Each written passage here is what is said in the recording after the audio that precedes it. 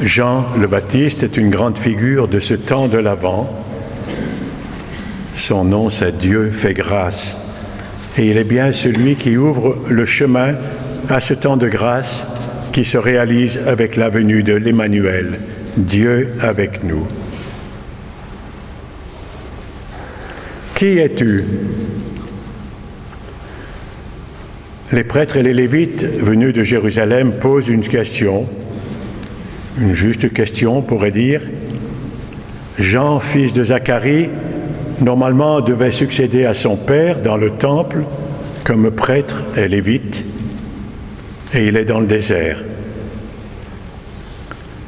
Nous le savons aussi, il y avait beaucoup de groupes messianiques du temps de Jean-Baptiste, du temps de Jésus, des groupes parfois politiques contre l'occupant romain.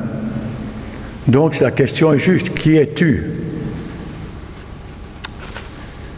Jean se présente en faisant appel au passé, en s'appuyant sur le prophète Isaïe, et puis il renvoie à un autre, dont il annonce la venue. Cela ne satisfait pas tellement ceux qui viennent l'interroger. On aime bien classer les gens, cocher les cases, hommes, femmes, mariés, célibataires, tout ça. Comme ça, on peut... bon catholique, moins bon catholique, extrémiste, tout ça. On aime bien classer les gens.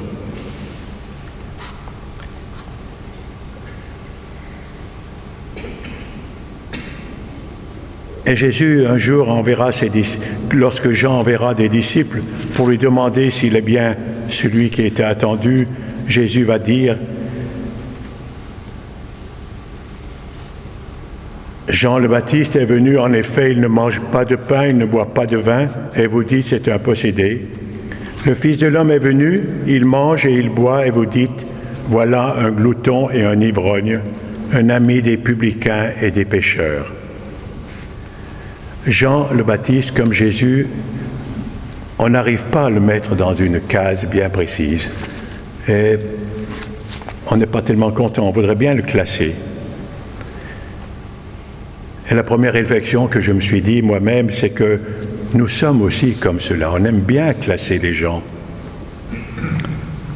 Il y a ceux qui plaisent moins.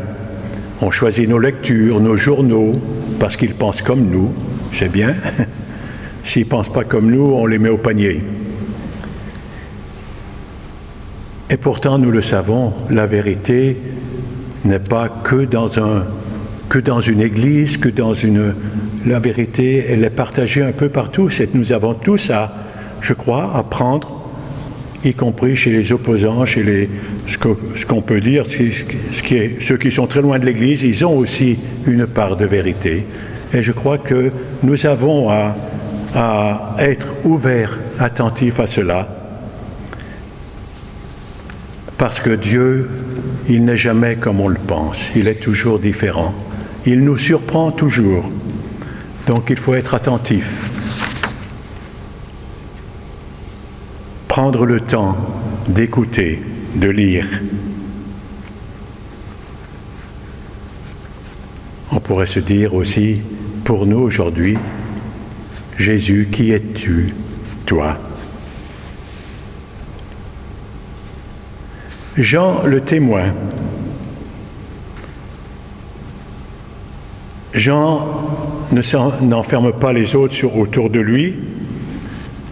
Il dit d'abord ce qu'il n'est pas. Il n'est pas le Messie, ni Élie, ni le prophète.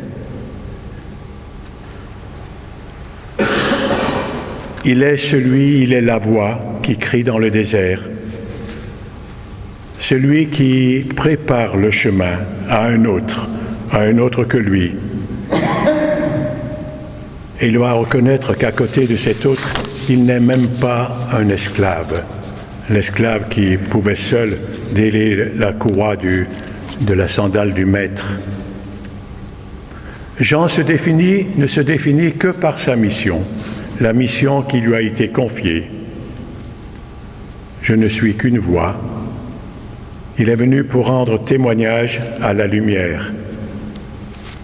Dans la Bible, le témoin, ce n'est pas seulement un observateur extérieur, Le témoin participe lui-même de la personne qu'il annonce. Il emporte déjà le mystère. Il le manifeste dans sa chair. Et nous savons que Jean manifestera ce témoignage jusqu'au bout aussi. Il sera aussi précurseur dans la mort en donnant sa vie.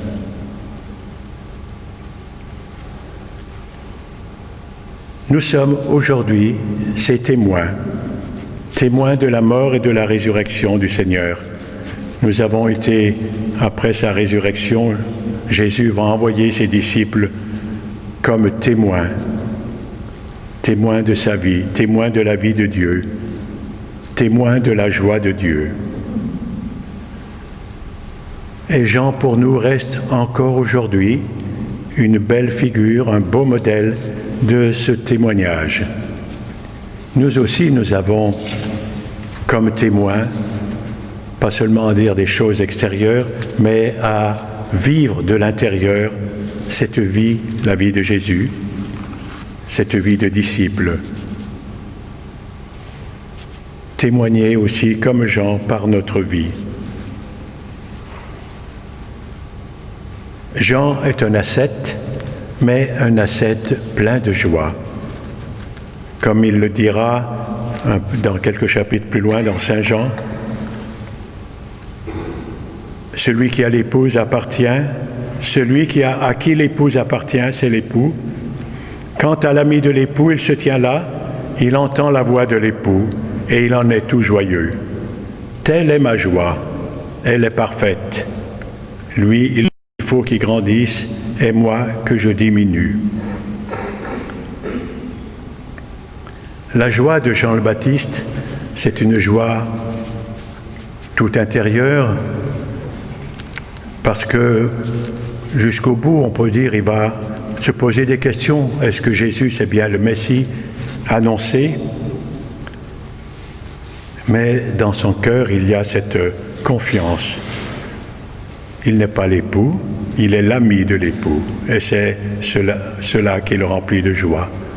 Et je crois que nous aussi, peut-être nous ne voyons pas toujours bien clair, peut-être nous doutons souvent, mais avoir cette joie au fond du cœur, parce que le Seigneur est là, il habite au milieu de nous, en chacun de nous.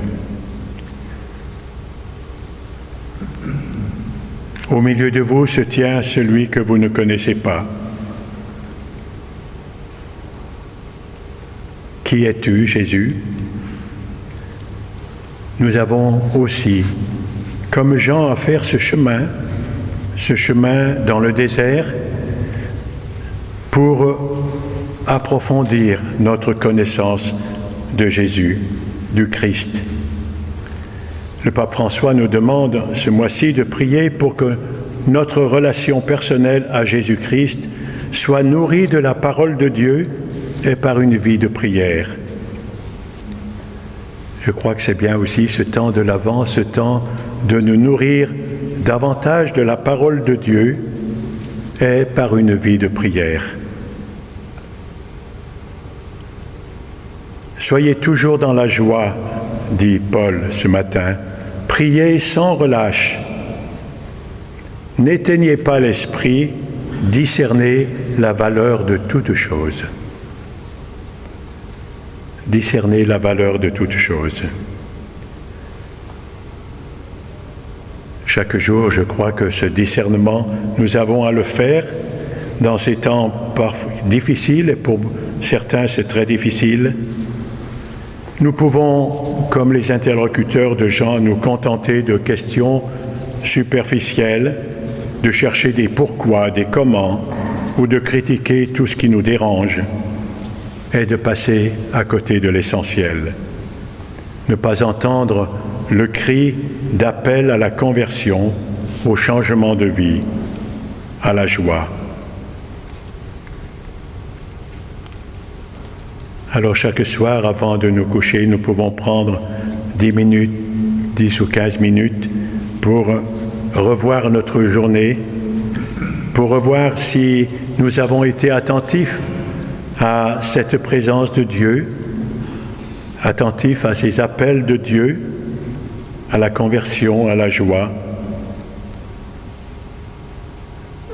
pour demander pardon, puis pour nous ouvrir à cette nouveauté. Dieu est toujours là.